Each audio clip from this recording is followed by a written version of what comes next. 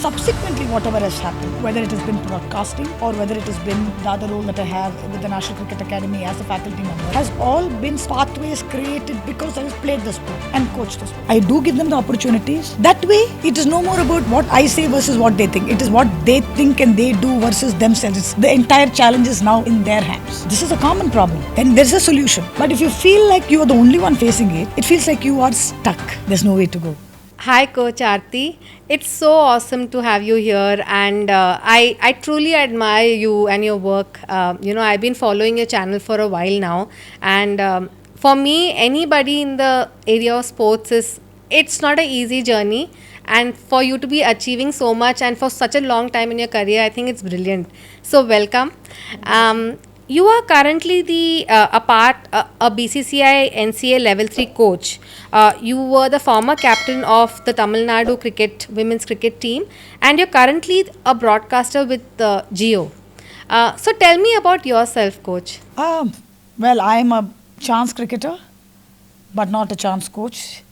As much as my playing days happened without much planning, what subsequently happened, I wouldn't say it's planned, but it's taken the right path. I started very late as a cricketer. It was at 19 that I played cricket professionally first. I, in fact, touched a cricket ball at the age of 18 and climbed through the ranks rather quickly. But wouldn't that have been a shock to your family? I mean, how did you convince everybody that... I was always a sports person. It's just that it took a very long time for sports to be considered professional by people in general. And I'm talking about 1998 when I finished school and went into Ethiraj College, which is when I knew that there was something called women's cricket. So if my information came that late, imagine the rest of the society, definitely, especially my parents or other family members, had no clue that this is a side of profession that could even be considered. So when I went into it, yes, it was a shock. I think it's remained a shock pretty much till now that I'm still sustaining myself in the sport in other forms. But over the years, what I've realized is awareness has increased. Sport as a profession is more accepted now. And other activities related to sports, which is exactly how I'm related to sports today, is also getting recognition, acceptance, and even to some extent popularity. What led you to this? Like, there must have been that eureka moment, right, when you chose that, okay, this is what I want to do in life. What was the incident that led you to this career? I guess it's pure love and affection for this sport. Once I finished my playing days, it was a natural path for me to get into coaching. It felt that way to me. Subsequently, whatever has happened, whether it has been broadcasting or whether it has been the other role that I have with the National Cricket Academy as a faculty member, has all been pathways created because I played the sport and coached the sport. So the information that I have with regard to the sport is coming out in different forms, not just as a coach to players, but as a coach to coaches, and getting the information across to an audience. So the common factor has been cricket, but the information that's gone out has been in different directions. You have been in this space for such a long time, coach. What is the difference? How have you seen cricket evolving, especially women's cricket? Even the sport itself, the adoption of technology or the way training is given. What are you seeing? Which areas of the sports are you seeing a transition in? Every part, and I'm not joking. From when I started to now, first of all, let's start with how many people are playing it. If I were to stick with women's cricket, it's unimaginable the growth, especially after 2017, Harmanpreet was 171 not out in the World Cup, which led India to the finals. We didn't win the trophy, but then that was this complete flip moment that happened. You asked me what was that spark. So women's cricket changed in 2017 in India. It has become, it's starting to get a cult status at some level like men's cricket. I'm not going to deny that. Not as much, but we have one foot in for sure. Two, the way it's been played. For example, from a very defensive type of cricket that used to be played to going into a slightly attacking format, which means now other things have to change. The way you train needs to change, the way you practice the skill needs to change, the way you think needs to change. So that has also changed. The way you physically prepare yourself, the way you mentally prepare yourself has changed because of these factors. And then most important, the support system around has changed. In a house where there would be, let's say in a family of 4, say there's a son, there's a daughter and parents. The son would naturally veer towards sport, would be okay. The girl going towards sport would seem to be earlier. Do it until college or something. After that, focus on your career, whether it's work or marriage. But now parents are willing to say, you don't want to go to school, you want to pursue cricket, go ahead. We'll get you into open schooling. And this is happening as early as 8 and 10, when they're 10 years old. Which means now, sport is being given as much time as academics was being given earlier. Which means that now I can pursue this wholeheartedly with single-minded focus, without distraction. And I think these are all massive changes. You are no more multitasking. I have to go to school, I have to go for tuitions, I have to go for practice, I have to come back. I may have time to train. No, your training takes priority over everything else. So, what you're saying indicates to me that educational institutes itself have undergone a transformation and they're supporting sports. That is one way of looking at it. Educational opportunities have changed. You do not have to be an academician only by going to school or a college. There are open schooling ways of going about schooling. There's always been correspondence education, and all of it is being recognized. So credit has to be given to even the authorities who've allowed this form of education to be recognized, because subsequently after your playing days, say somebody wants to get into a corporate environment, if they are reasonably informed with the kind of education that they've had, it's still possible. Earlier, if you were from the open schooling system, you were not allowed to take up certain streams and all that, or it was assumed that you do not have as much exposure. It's no more the case. So I think the entire ecosystem is changing, which is facilitating this whole change in the way sport is being looked at. Coach, can you see this journey of being a sports person is, like I said at the onset, it's a challenging journey. Can you give me a glimpse of your journey, the challenges, the ups and the downs, the highs and the lows, and the social challenges as well, not just your personal, ups and downs, to give an insight to an aspiring student on what they can expect. I want a glimpse into your personal mantra of succeeding in at your space today. One couple of things that I go by. I do not say no to opportunities. Second thing is, I'm constantly trying to be better. So if these are my basic mantras. So in trying not to say no, which means that when an opportunity comes, I say yes. It means I need to be prepared to take it up, which means I need to constantly learn, evolve, educate, upskill, and that in itself is a brilliant process, which means by even thinking that way, I think I'm going towards getting better every single day. And if there are days that I don't do it, which is very rare, it simply means I haven't yet processed what's happened the previous day. That's how I think of it. Now, as far as challenges go, to be very honest, but of course I liked it when you said challenges, because I've looked at every step as a challenge, never as a problem. As far as challenges go, because I do not have an India tag. India tag means you've played for the country. That's a tag that you have, and it's a brilliant tag to have. The minute you don't have it, the next step is slightly harder than if you've had it. But it is not, for me, if you think of it, the number of people who don't have it is way more than the number of people who have that tag. Which means it gives me an opportunity by creating this path and by facing every challenge that's come my way, which could be I might be asked to, I probably would have been given the chance to educate myself a little later, or I have to go through 5 more steps before I reach a particular position, which would have been very easy for somebody who's played for the country. But like I said, there are more people like me than people who played for the country. So now, by doing everything that I've done, gone through my level 1, level 2, level 3 course, or starting off with regional comms, or maybe even starting off with the Tamil Nadu Cricket Association as an assistant coach, and then getting into age group coaching before I coach the Tamil Nadu senior women's team. Everywhere I feel there is a certain pathway that I've been able to show others who want to also be in the same places that I have been. So there is something to look back and say, okay, this person has done it, so I can also get there.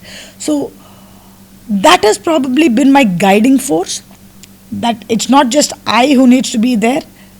There are others for following me. So I have to be also right in the way I reach my path. So every challenge that's come my way, I've never looked at it as something that stopped me. It's just that something that's pushed me hard. And that's the beauty of having a coach, right? Because there is this person who has already encountered so many challenges that when you tag yourself to that person, everything becomes so much more easier. You have your own set of challenges, but at least that person's challenges will not be your challenges, right? At least you know you're not alone in facing those challenges. Yeah, true. You stop being alone. You start feeling, so this is a common problem.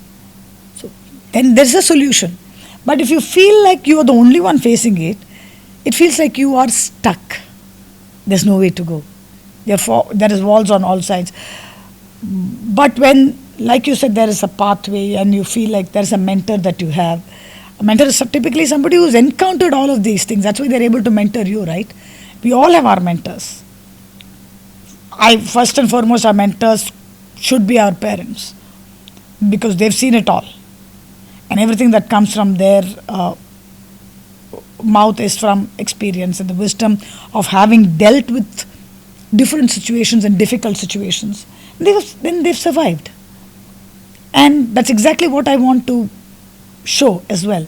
You'll survive. We may all survive it differently, but we'll all survive. Your students, right? You have such a varied range of students today. What is it that you see some of the challenges they face which are similar to your own, or maybe dissimilar also, but some common? Self-doubt. Have I actually chosen the right path? Attaching numbers to success, or I have to be here only if then I'm successful. If I've not gotten here within such and such date, it's like they have a use by date. But that's very essential, no? Because that also impacts the way you are able to earn money, build. Absolutely. But isn't there also something else that's also, you have to kind of, there's an experience that you get. In traversing this journey, as a sports person, or in any field for that matter, you may or may not reach the goal that you set off doing. But does that mean you've been unsuccessful?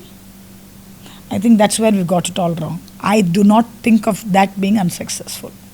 Just because you do not reach your goal does not mean you do not celebrate the smaller goals that you achieved while trying to get there. But coach, there will be a lot of students who come to this sport, come to you because there's a novelty around it on TV, and there's a hype around it. So at what point do you help them understand that this is not for you? This is a very deep thing, because it is applicable to everybody in every career. It's a brilliant question. I do give my answers. I'm not going to say I do not let people know, but I also let them know that sport is not necessarily just to be played professionally. There is joy in being an amateur sports person as well. And when I feel they are ready to accept that information that I'm going to give them, is when I'll give it to them as well. There's a certain level of maturity that the player needs to have, and it will invariably come from them. That question, do you think I should pursue this? If the player asks me this question, I will ask them, does this bring you joy? Does coming to the ground bring you joy every day? If the answer is yes, the next question will be, would you like to feel this joy irrespective of whether you have or haven't achieved what you set out doing? If they say no, then I think it's time you wrap it up. You don't come every day, but come whenever you feel like feeling that goodness. If you want to feel good, then you come. But if they say no, coming here makes me feel like the rest of my day goes well, irrespective of whether you've actually gotten what you set out to achieve, I'll say keep coming. That is exactly how it should be. Everything does not have to be, if I don't achieve this, then I wasted my time. I wasted my effort, this effort has gone, is pointless. I want them to feel every day that they do something is achievement in itself. It's difficult, but you need to get there. Coach, cricket is a sport of 10 team members, right? 11 to be exact. 11 to be exact, okay. So you will be coaching so many people, and there are so many people who coach so many people. Out of all of these, what are I feel there's such a small group or small opportunity pool, but the number of people are so many. Does everybody get a fair share of opportunities? Everybody may not represent India, but that is our responsibility to ensure that they get the opportunity for them to realize whether they belong there or not. If I do not provide them the opportunity to understand whether, for a self-analysis or a self-reflection to see whether do I actually belong where I want to be, then I'd be making a mistake. So I do give them the opportunities. That way, it is no more about what I say versus what they think. It is what they think and they do versus themselves. The entire challenge is now in their hands. The statement, you can take the horse to the water, but you cannot make it drink, stands best when given an opportunity. I can coach them, I can do a lot of things, but for them to go and apply it in a match situation under pressure, I can give them the opportunity. Over there, if they stumble and they get back up, they know they're capable. If they stumble and continue to feel down, then they will reach out to me differently. If they stumble, there are people who've decided, I think there is no way out for me, and then there could be a lot of self-realizations that come. So only in opportunities do a lot of self-realizations happen. You would have started this journey with a group of friends. You would have had many friends who would have started this journey. Can you tell me what all you have observed in your group of sportsmen and friends in women's cricket who have taken up bigger, better opportunities, different opportunities, and what have you observed in your decades of experience? And what is the typical life cycle of a sports person? These are all lovely questions. So I started, I told you, at the ripe old age of 19. My cricket career lasted only 9 years. But within those 9 years, on the sporting front, I played the sport as just yet another player. I captained my state. I played for South Zone. I've been in 2 India probable camps. I played for India A in the 9 years. All right? And I finished at one point where I realized that I'd probably be still contributing, but then I'll be hampering another person's growth. I stopped. I could have still played, I could have contributed for the state team. But I knew if I'm not going to go to the next level, because they're not going to look at me, I'd be stopping a younger kid from getting into the team and giving her the opportunity to grow. So I stepped back. So I played the sport actively for 9 years. Maybe 10. Alright? There are others who played the sport, who started with me, continue to play now. So which means they've had almost 18 years in the sport. I've played with players who played subsequently for India, who started at the age of 10, and they are now 33, 34. So which means they have a they've had a 23, 24-year career and they're still going strong. So, is there an end to it as a player? I think it depends on when you start, when you choose to end it as well. And So there's actually no retirement there is age no or something. retirement age that people can prescribe for you. Mithali Raj retired at 40. So, close to 40. There are people, I mean, and then there are people who aren't able to take the pressure at 26, 27 also. So, there's no judging over here. You know, you ultimately how you feel determines when you want to stop, physically, mentally, emotionally. Uh, but as far as players who played with me, we were very close knit because we were a very small pool. It was way smaller than what it is now. And in that, 5 or 6 of us have come back into the sport. The rest of them have gone out of it. They've found their calling elsewhere. It could be need based, it could have been family requirement needed them to do it. They'd probably chose it themselves. But we are 5, 6 of us who come back to play the sport. You know, for women in sports, there's always that thing, right? The biological clock is also ticking. Absolutely. So, do you think that is a reason why a lot of women sports people kind of lose a few years, or do you think after having a child you can actually come back with the same ferocity that you had? There are examples of that, but the truth is, your body does undergo a huge change post childbirth. You're not the same at 30. You're not definitely not the same at 35, and 40 is a completely different ballgame. Yes. Okay, but there are people who still manage it. But you will see that at some level, their bodies, I won't say shuts down, it fights. It says something that what was easier at that point in time becomes a little more difficult now. What was probably easier to recovery becomes a problem. So those are the challenges that the female athlete faces at different age groups. Due to childbirth or due to just aging? The way the body ages. We age differently. A sports person at 40 and a non-sports person at 40 have very, very different mechanisms in the way the body functions, the way the body recovers. Let's say, as a sports person, I've done a trek, and which I've not trained for, versus a non-sports woman, somebody is in a corporate life or runs a family, a brilliant homemaker. That's the most difficult job in my opinion. Exactly, goes for a similar trek. As a sports person who hasn't trained for the trek, I'd still be able to recover faster than the other person. Both in terms of that exhilaration that we feel. Both of us would have felt that exhilaration. But I've always had a sport high.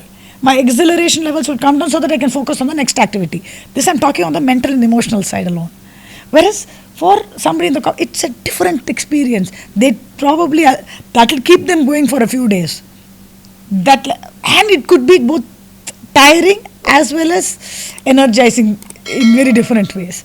Whereas for somebody like me, I would have enjoyed that experience and that's the end of it. Come on, let's move on to the next job. That sounds boring. That success I completely enjoyed. But the next day I have to be back at the ground, do something. And it, like I said, it could be good and not so good at the same time, this feeling. Physically, my recovery would be better. I'd be able to do another strenuous activity not too far away. Maybe. I'm not saying generally, but I think 70% of the female body will react this way. When a former sports person versus a no sport person. Coach, if there's one thing that you would like to say to aspiring female athletes or in any sport, what is it that the message you want to give to the women? I'd say pursue it, not because you're, like I said, because you want to reach a destination, because it's a life-changing action that you will be doing, that you will hold on to for the rest of your life. Thank you, Coach. It makes you feel like you can own almost anything. So pursue it because it is truly life changing. Thank you, Coach. It was such an amazing conversation, and I hope to meet you. I will meet you in the next episode.